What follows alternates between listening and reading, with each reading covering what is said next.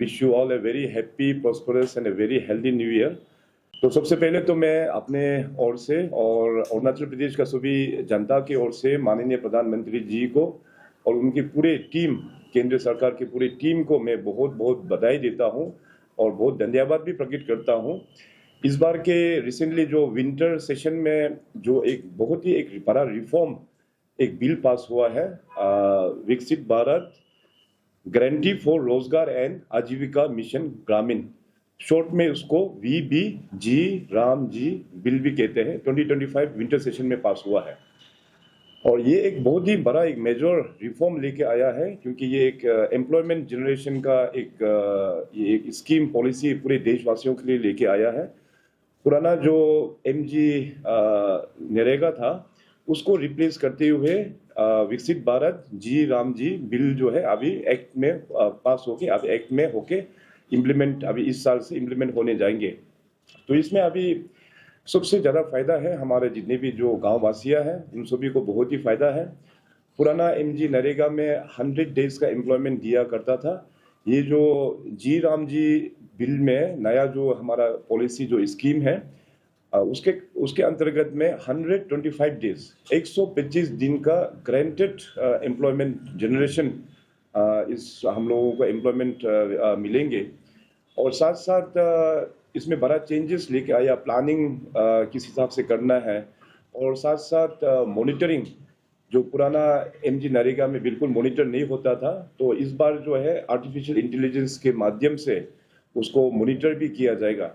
So basically ये जो विकसित भारत जी राम जी का जो बिल है, इसमें जो फोकस्ड एरिया है बेसिकली 4 प्रायोरिटी एरियाज में है।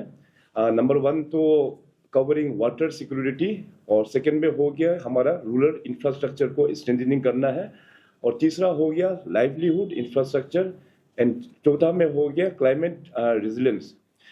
तो जैसे मैंने कहा है कि इसमें जो प्लानिंग जो है विकसित ग्राम पंचायत प्लान का साथ में हमारा नेशनल स्पेशल प्लेटफॉर्म एक होता है उसके साथ में लिंक किया जाएगा।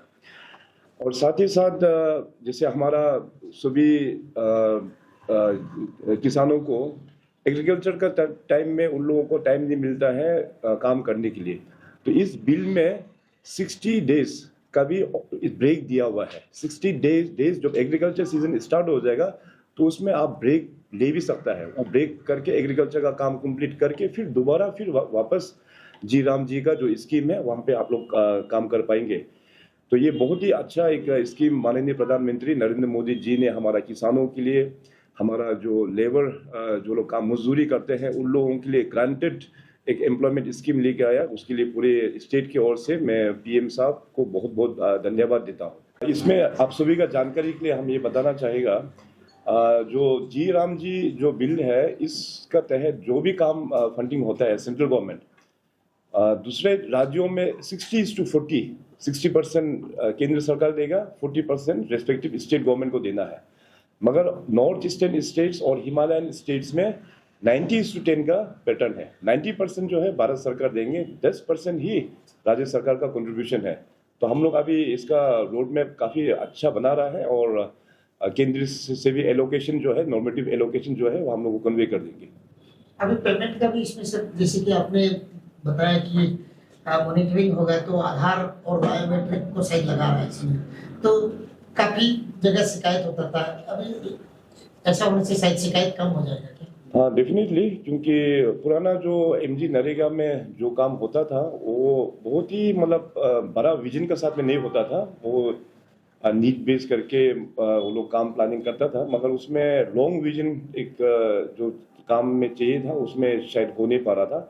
तो इसलिए अभी ये नया जो स्कीम जब लागू करेंगे तो इसमें एक तो हो गया कि इसमें मॉनिटरिंग जो है वो आर्टिफिशियल इंटेलिजेंस के माध्यम से और PM गति शक्ति जो पोर्टल है उसका माध्यम से ये सारा चीज जो है मॉनिटरिंग भी होंगी। सर आपकी मॉनिटरिंग मैकेनिज्म का बात करता है, जैसे आर्टिफिशियल इंटेलिजेंस का इंटरवेंशन होगा, जब MG नरेगा में देखा गया तो जो इम्प्लीमेंटेशन प्रोसेस होता है उसमें आपका वीडियो और वो जो आपका विलेज चेयरपर्सन डिसाइड कर लेता है कि क्या करना है। इसमें जो अभी आप नया स्कीम ला रहे हैं इसमें क्या ऐसा न्यू इंटरवेंशन आप ला रहे हैं कि ये मॉनिटरिंग जो जैसे आपने बोला, तो ये प्रोसेस जो यहाँ से शुरू होगा, या जिस तरह से एक ऑटोनॉमी दिया जाता है, आप डिसाइड कर लीजिए, आप जो भी करना है आप कर लीजिए, बस पैकेज दे देते हैं, किस तरह का डिफरेंशिएशन है इसमें? बेसिकली इसमें अभी पूरा क्लियर कट गाइडलाइंस अभी आया नहीं, we are waiting for the clear cut guidelines to arrive. लेकिन थंब रूल तो इसमें यही है कि पंचायत को हम लोगों को इन्वॉल्व करना है इसमें, और हर एक गांव का अपना रिक्वायरमेंट अलग होता है। आपने ठीक ही कहा कि पुराना एनजी नरेगा में ऑफिसर और एक दो लोग ही डिसाइड कर देता था कि काम क्या करना है, जिसमें बहुत ऐसे एसेट क्रिएट कर दिया जो गांव में एक्चुअली जरूरत नहीं है। मगर ये जो नया सिस्टम में आपको मैंडेटरी है कि इसमें आपको पंचायत बैठ के वहाँ का जो चैलेंजेस को इशू किस प्रकार से हम लोग को एड्रेस करना है। तो ब्रॉडली हमने जो 4 सेक्टर जो फोकस एरिया जो बताया है, इसमें वाटर सिक्योरिटी, इसके बाद रूरल इंफ्रास्ट्रक्चर, इसका बाद लाइवलीहुड इंफ्रास्ट्रक्चर, इसका बाद में लास्ट में जाके क्लाइमेट रेजिलियंस। तो ये 4 पिलर जो है मेन फोकस एरिया, इस 4 पिलर को देखते हुए अकॉर्डिंगली हर एक गांव का रिक्वायरमेंट क्या है उस हिसाब से प्लान किया जाएगा। सेकंड क्वेश्चन ये रहेगा, जैसे एमजी नरेगा में 100 डेज का एम्प्लॉयमेंट जनरेशन का बात करता है, आपका यहाँ पे 125 डेज का, लेकिन रूरल एरिया में आप सबको पता है कि रियलिटी ये था कि 5 दिन करके 100 डेज का बिल क्लेम करते हैं। तो इसमें काफी लूपहोल होता है कि क्योंकि आपका जो ऑफिशियल वो बोलते हैं कि नहीं आपने 100 डेज का क्या नहीं है, तो अपना खर्च ले लेते हैं। तो इसमें एआई इंटरवेंशन का जब बात करता है, तो everyday how would you guarantee कि 125 डेज में एवरीडे काम होगा, वो उसका मैकेनिज्म क्या आप लोग ने? इसमें बायोमेट्रिक सिस्टम को इम्प्लीमेंट करेंगे, बायोमेट्रिक अटेंडेंस। बेनिफिशियरीज को देखा जाए, बीपीएल फैमिलीज को नहीं देखिए, सेलेक्टिव बेनिफिशियरीज होते हैं। हमने इसमें पहले जो स्कीम थी उसमें भी सेलेक्टिव लेके तो कैसे आते थे रोजगार के, अभी आप लोग किस प्रकार सिलेक्शन किस प्रकार करेंगे? जो नीडी उनको नहीं मिलती, those who are not doing they are getting। इसमें हम सभी का राइट्स है, जो लोग एम्प्लॉयड नहीं है they can ask for employment generation. Employment generation के अगर वो जो वो क्लेम कर देता है कि आई एम नॉट एम्प्लॉयड, हमको इस स्कीम में हमको करना है, तो वो होने का बाद सर्टेन एक डेज है, उस डेज के अंदर में आपको एम्प्लॉयमेंट जनरेट करके देना है। अगर देने पाने से इस बिल में ये भी लिखा हुआ है कि state government has to compensate the person. तो इस प्रकार का ये रिफॉर्म है, इस 100% गारंटीड स्कीम है और सभी के लिए है ये। लेकिन सर पूरा देश भर में शायद ऑलमोस्ट ऑपोजिशन पार्टीज इसको क्रिटिसाइज कर रहा है। क्या राम जी का नाम लेके आया बोल के हुआ, सर नाम बदल दिया बोल के ऐसा क्रिटिसिज्म हो रहा है? क्योंकि अरुणाचल में भी कांग्रेस पार्टी ऑपोजिशन में ऐसा क्लेम कर रहा था कि राम जी तो है ही नहीं, तो राम जी को क्यों बदनाम किया जा रहा है?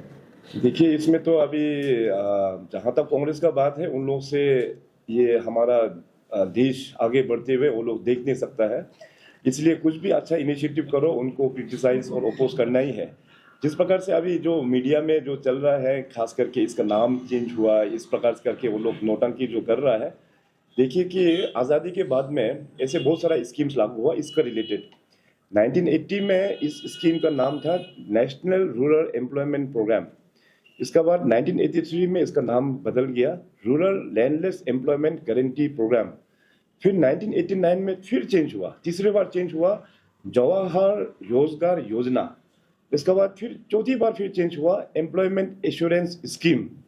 इसके बाद 2001 में फिर चेंज हुआ संपूर्ण ग्रामीण रोजगार योजना। 2004 में फिर चेंज हुआ national food and work programme. ऐसे करते करते लास्ट में जाके फिर एमजी नरेगा 2005 से लेके 24 तक चला। तो इस बार जो अमेंडमेंट हुआ है VBG राम जी, VB मतलब विकसित भारत, जी गारंटी, राम रोजगार एंड आजीविका मिशन, जी ग्रामीण। तो VBG राम जी ये एक नया स्कीम को अभी एमजी नरेगा को चेंज करके उसको और भी स्ट्रेंथनिंग करके लोगों को, जनता लोगों का हित के लिए ये लेके आया हुआ है।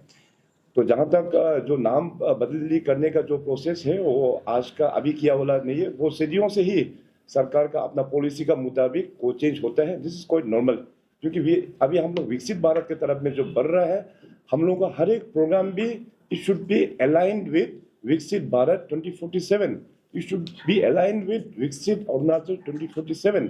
सो उसका मुताबिक से पॉलिसीज भी हम लोगों को चेंज करना पड़ता है, because we are growing, we are progressing.